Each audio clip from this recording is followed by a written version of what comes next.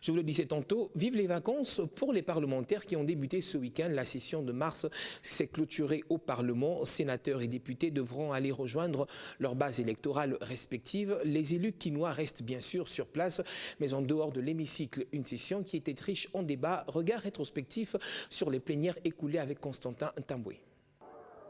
La session de mars qui se clôture à la Chambre basse du Parlement était aussi riche en production législative qu'en événements.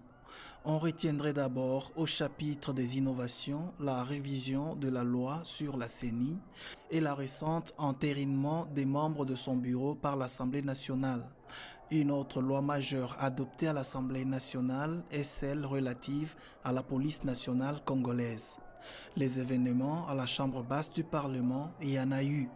Au premier rang, il y a l'exclusion du député national Roger Lumbala au Parlement pour son ralliement au mouvement rebelle du M23.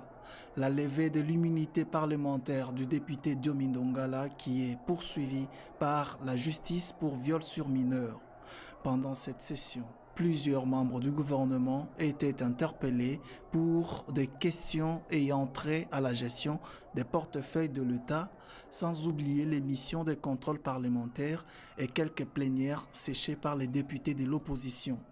Les élus ont environ 3 mois de vacances parlementaires et ils ont la mission de descendre dans leurs circonscriptions respectives en vue de s'imprégner de desiderata de leurs électeurs qui attendent à la base.